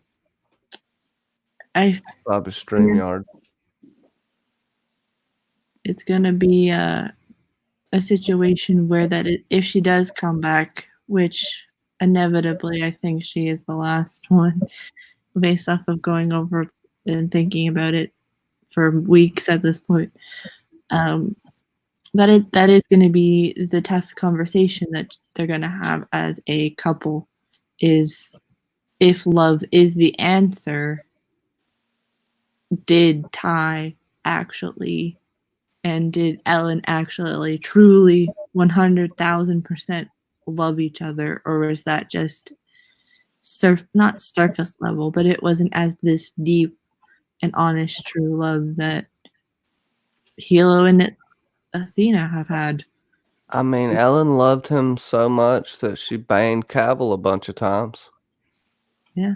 You know, I mean, that takes a certain amount of love. Good. Takes a certain amount of desperation. Yeah. I did it all for you. It didn't feel good, I swear. So that's what I think. And I think that if Caprica is pregnant, that's going to, that whole conversation, because of the fact that there's going to be those tough conversations, probably most likely in front of her, especially about love and what does love mean and all of that, that it might trigger her to feel negatively and maybe lose this baby, because there's not been much indication that they need more than one child. No, true. To say humanity. But there is more than one child. Like, that's got to be significant somehow. I think that's a red herring. Again, I've been thinking about it for a while. And also the fact that they keep popping up or popping in hot dog all the time. It's a red ringer for this person's going to be important. This person's going to be. And Callie gave him the jock itch. Yeah. That's why he, I don't know. So wait, you're saying you think Tyrell has the clap too? No. Just the slow clap. No, Just a slow clap. Well, because we have to remember that the timeline of the whole time jump is suspect, because it's been a year, but Callie and Tyrell were having Nikki near the time when we get back. And then they had a mini time jump, I think, between then and after the birth of Nikki. So it seems that timeline has always messed with me. But yeah, I still think that there was one of those times where it's like that it's not his kid. Because again, if it was like a love thing. And I don't know if Tyrell loved her the way that the levels of love are seemingly supposed to be for it to work. Also, but if you want to go with Ty, actually got Caprica pregnant or whatever the hell her name is. And there's something special about the final five, then you could conceivably say Tyrrell would be successful as well. But not saying you're wrong or right. Actually, like how you're approaching it and thinking about it. I love everybody's different takes on this because it's really fun. It's been a really fun episode tonight.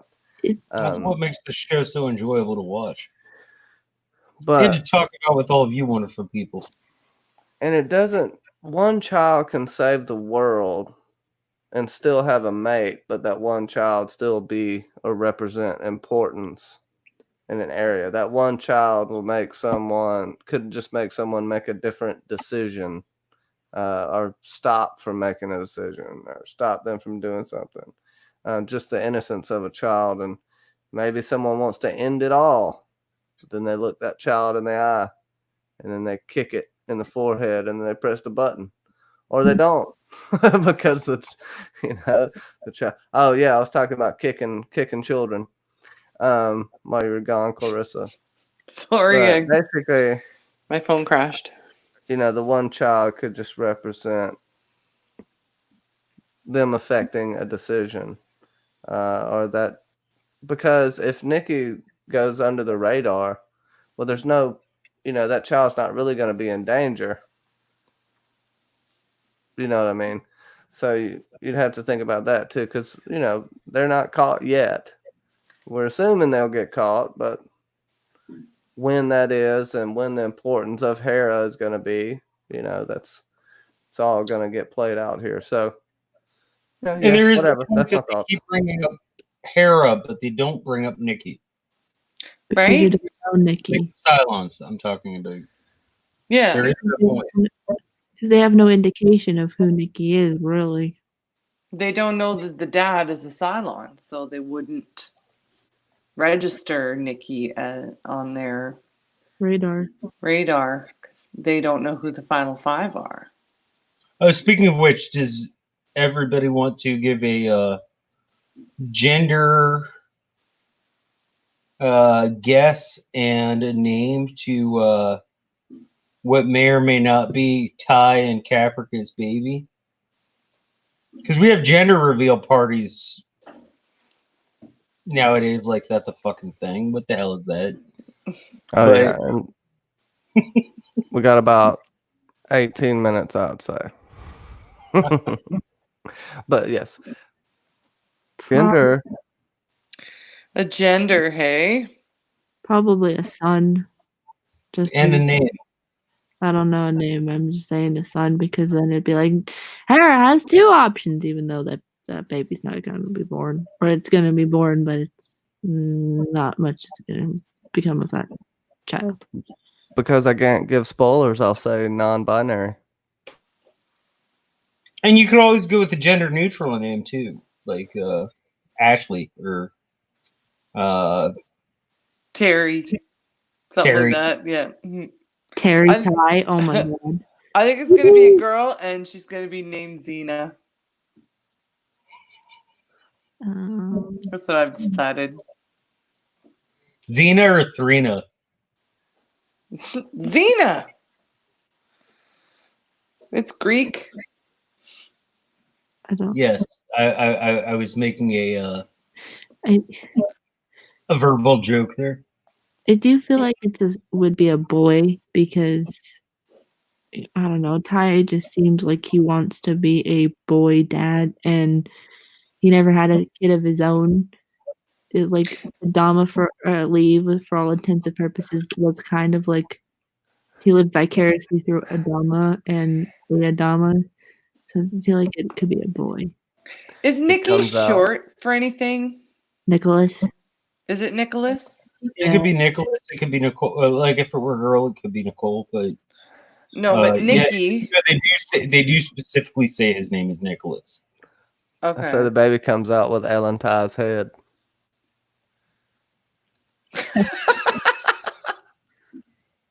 Oh my Out god, of that'd be Caprica? hilarious. Yeah. Well, he does see And she said, Saul, I thought you loved me. Well, he does keep seeing Ellen on Caprica's face, so it could be one of those moments where it's like, oh, well.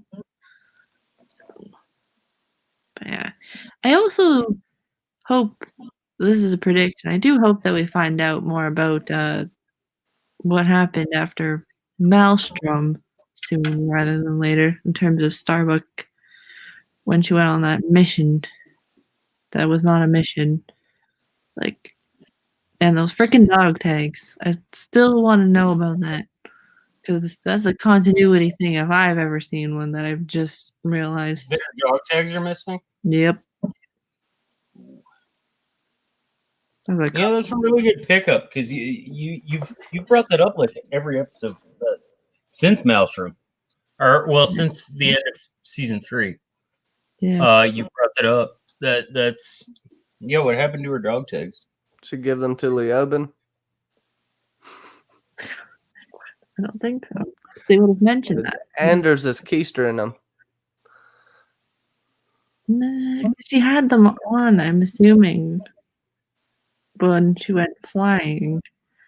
And then the whole let me go, like, I guess, I don't know. It seems like wherever her other ship is, they're there too. I don't know. Because that's not left the them. same ship. She left them with her future self. Hmm. Oh, no, it's starting to get into time travel. I just had to bring up something complicated like that. Future self or a dead self, depending on. Especially right at the end too, where you can't like think it out too much. Rapid fire time travel questions. Now I know we're limited on time here, but I do, if I may, Johnny, I You would like to may. ask our panel one more question. If Adama finds out that Ty is a Cylon, what, if any, ramifications do you think there are going to be? They make love instantly. It's inevitably a freak out moment, but then it's an advantage. He'll be like, well, if you're a Cylon, then maybe I've been wrong about Cylons all this time. Yeah. Come here, buddy. I don't know. Yeah, it's a moment of freaking out, a moment of. I'm not going to know. And then, no, I feel like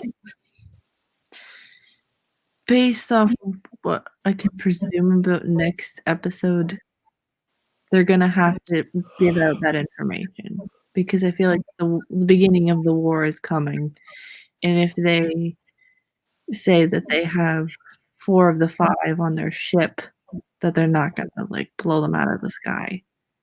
It's like that's their ultimate trump card is they have if Ty just gives himself up, it's himself, then it's like, oh, we have one of the 5 coming up and deciding that they are who they say they are.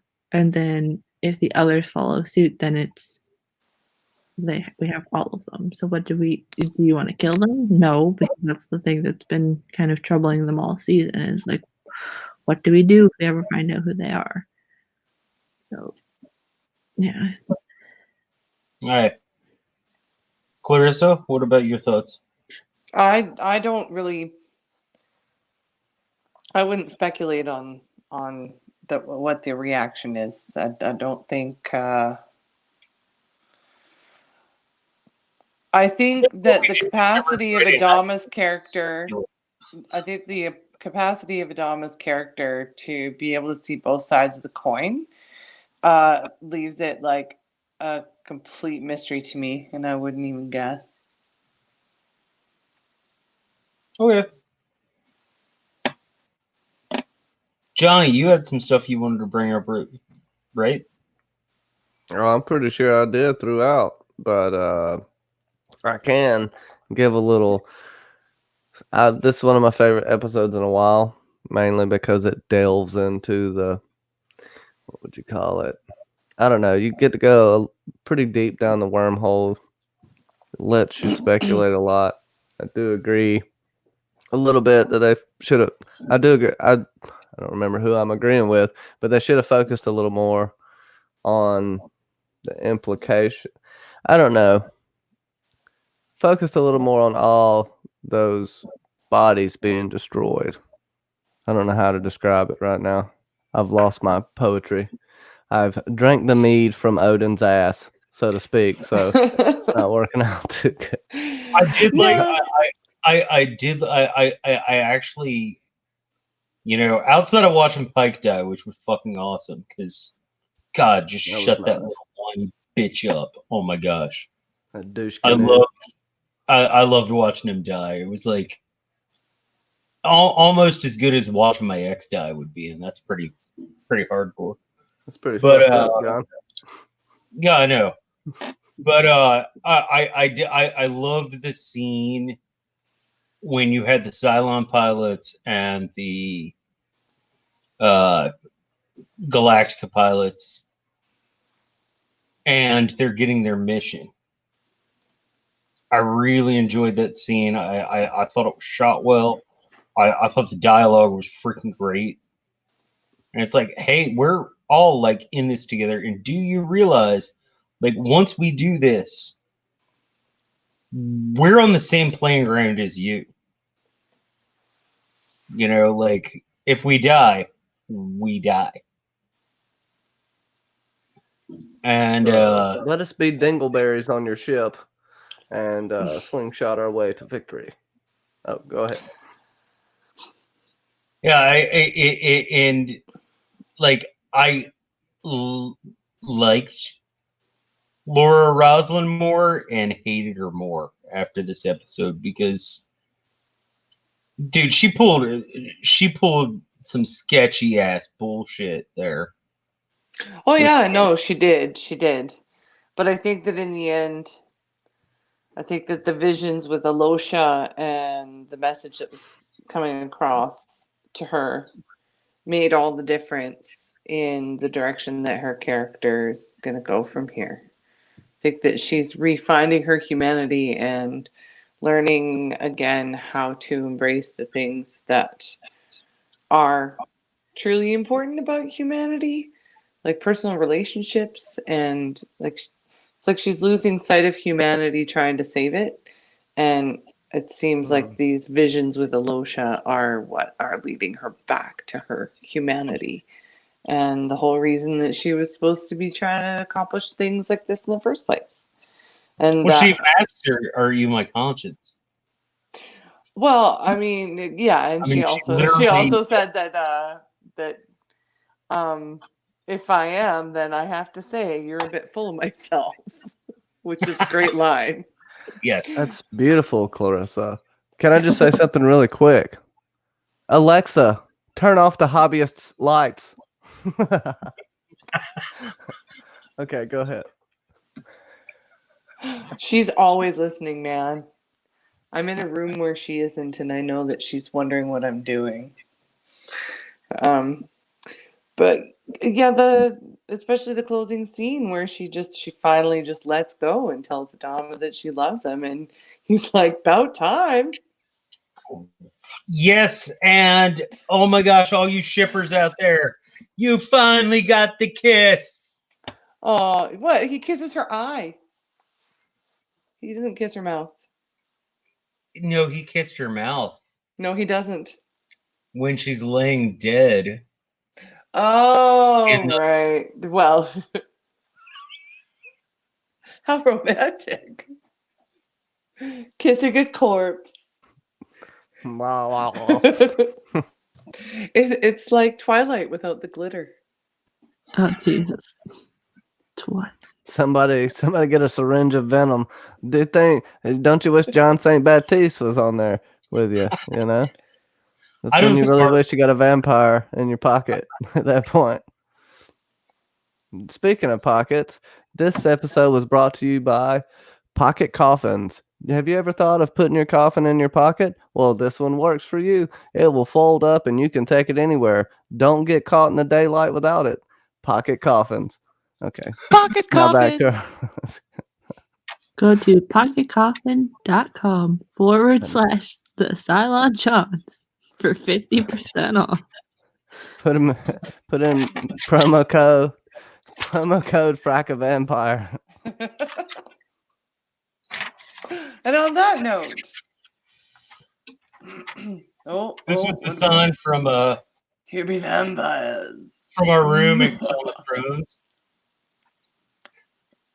That's Here they be awesome. vampires. That's so All right. good. All right. Well, Bobby gave this episode an 8 out of 10.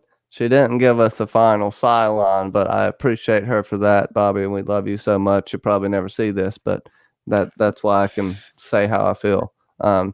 And when I was talking earlier, I forgot to throw it out there, but I definitely got to give this one a 9.5 out of 10. I might have gave this episode a 10 had it not been for a couple of small scruples, but still 9.5 strong score for me.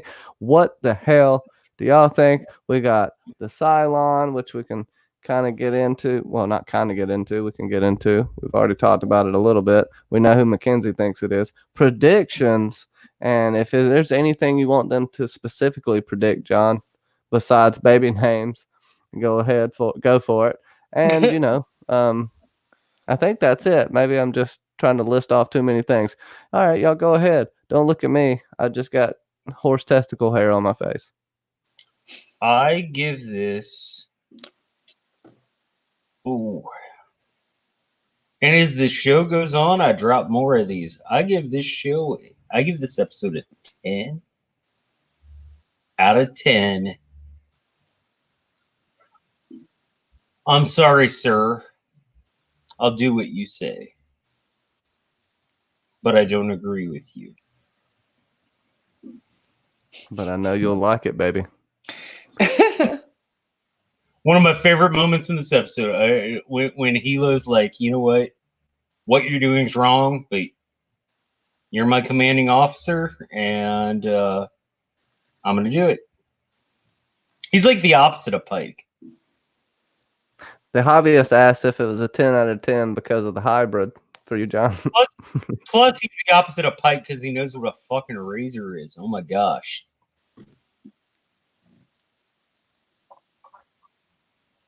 Sorry, I just don't understand people who specifically shave to have that gritty shit going on their face. Sorry, that bro. just makes that kid even more. No, you have a beard. I'm talking about. Well, it's kind of a beard. It only grows like under my chin. So straight Mennonite / Amish. I could like really just infiltrate into the Amish community, just shave my mustache and get me a fake wife. Hey, I just thought of a new YouTube series, Infiltrating Amish. Somebody's going to steal that. Watch. Oh, my. Miss Thompson, what's your rating? I give this 9 out of 5. I give it 9.5. 9 out of 5. That's a really good rating. I give it 9.5 out of 10 jumps. And my final 10 orgasms. My final Cylon is 6's baby. No, my final Cylon is Gata. Bringing up the Gata. I'm like, nah. But maybe because he's like, what, you want to shoot me? Especially when it's like Anders. It's like, come on, I thought we're on the same side. But prediction. I don't even want to say it because it's always the same thing. Anyway, we're going to have Hera's gonna get kidnapped. That's a prediction. Oh yeah, I missed that part. And I want to say Vital Silent is the woman I've been talking about this entire time. And I give the episode. Who's that woman? You gotta 9. clarify. I don't know who you're talking about. Who's that woman you're talking about? The woman that I've been talking about is Ellen Ty, wife of Colonel Ty. Anyway, and my rating is 9 ethereal Athena. Oh wait, no, not that was wrong. It's like what was it? Ether Athenas. There we go. It's like Athena's always in you. Ethereal Athenas. Yeah, Ether Athenas. 'Cause she's always around. Just, Do you mean ether as in like the dimension, or do you mean ether as in the stuff that you should not do if you're going anywhere remote? the latter. Always around. Like it's like you'll always find a version. Kind of. So I got a funny story. One time I went over to my friend's house and his roommates and his friends both. I was talking to one friend and the other friend came up behind me. He was breathing in a bag. You know, I thought he was playing around and he was about to like just pop a bag. So I fucking popped it on his face and he had an ether rag in there. And accidentally like fucked him up. Like so bad. He was incapacitated. It's terrible. I've had a crazy Oh life. man. So speaking of ether, next week on Fear and Loathing in Battlestar Galactica, Right. Clarissa, Pardon me, do you have any guys. predictions before we drop out? Yeah, my prediction is that Rosalind's gonna step down. You can't step down something you don't have anymore, though. Well, no, I mean, I I'm think she's just going to kidding, I'm step down gracefully. I don't think she's going to put up a fight. I think she's going to be like, it's okay. I'm dying anyway. And she's gonna go look for the Kamala dealer. She's like, I Amen. go back into the astral plane, man. Yep. Oh my God, it's awesome. Ring, ring, ring, ring. Hey, Laura, you want to swing by, man? Nah, man, I'm already there. Bring your ball over. Hey man, I'm all out of coffee. Can I come over and borrow some coffee? No, Laura, just bring your Kamala over, and I've got Boston and a fucking wife or fucking You have a Joel wife? set. Okay, we're talking about coffee, and now I'm thinking coffee and donuts. All And I right, don't want look, donuts. Juan Okay, so we gotta Valdez, stop this. Stop. Take us the hell out of here before we crash this train. So glad we're all back, or at least most of the family's back. It is great. I'm sorry for any of you followers for the next 2 months or so. Johnny's only going to be able to make about every other episode because he's got some serious hardcore Westworld shit to do. You're going to have to deal with me. I'll do my best. I am not as charming. I am not as hot. And my beard is well groomed, just like his, but in a very different manner. I'll do my best, though, and So will Mackenzie and I. Will do our best to get our beards up to scratch. yeah. It'll be a little hard. We can So do in the it. meantime, I actually I am going to bring up a PSA, which I don't normally do on this channel, but I posted something the other day, and one of the most important things is conversation in this entire series is a conversation between Tom Zarek, Laura Roslin, and Adama. And it harkens back to what Adama says in the very first episode, the pilot.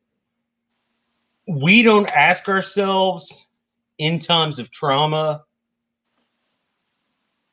What we ask ourselves is, how do we keep surviving? We don't ask ourselves, is it worth it? Please make yourself worth it.